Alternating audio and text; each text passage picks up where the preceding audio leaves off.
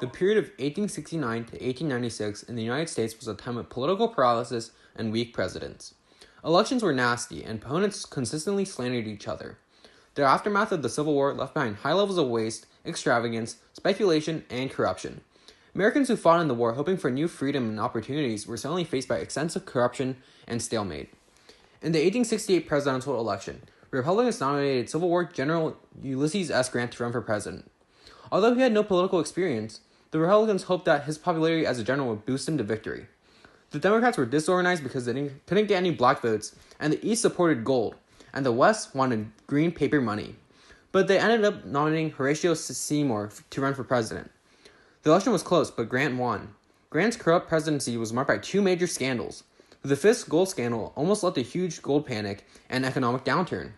The Credit Mobilier scandal involved the public Union Pacific Railroad hiring the private Credit Mobilier construction company that charged significantly higher rates, and stock worth millions was given out to government officials as bribes. During Grant's reign, political machines had huge impacts on politics because they exchanged favor for votes, and they essentially controlled entire cities and entire regions. Boss Tweed was an important dude because he owned the New York political machine and used it for power and financial gain. The election of 1872 saw the Liberal Republican Party, which was founded to counteract Grant's corruption. The new party nominated Horace Greeley and gained support of the Democratic Party. Grant won the election easily to win a second term. Grant continued his corruption with the whiskey ring of 1875, which was created by Grant's friends selling tax-free whiskey while Grant did nothing. Also, William Belknap scammed Indians and got money for it. The election of 1876 was heavily disputed. Tilden, who was running as a Democrat, just needed one more vote to defeat Hayes, a Republican. However, 4 states had disputed votes, and it was unclear to see who won.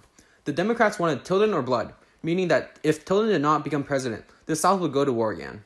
However, the Compromise of 1877 saw that Hayes became president, despite having fewer electoral votes. In exchange, Reconstruction was ended in the South, and blacks lost rights. The election of 1880 saw the Republican Party split into two, the stalwarts and the half-breeds. They nominate James Garfield, who wanted high tariffs and low civil service reforms. Democrats nominate Winfield Hancock, who wanted low tariffs and high civil service reforms. Garfield wins the election, but he is assassinated by Charles Guiteau.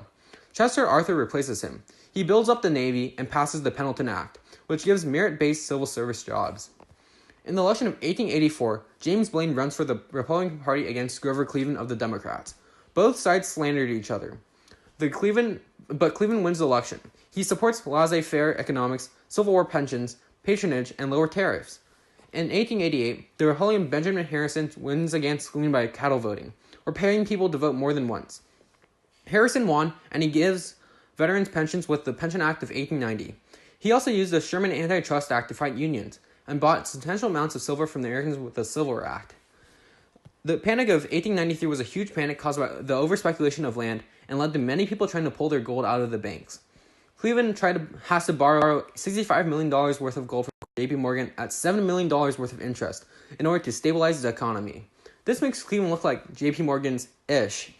Pullman strikes happen, and the Wilson-Gorman tariff of 1894 tries to lower the tariffs, but it doesn't do exactly that. Instead, it both lowers and raises tariffs, which eventually leads to the creation of the state of Hawaii.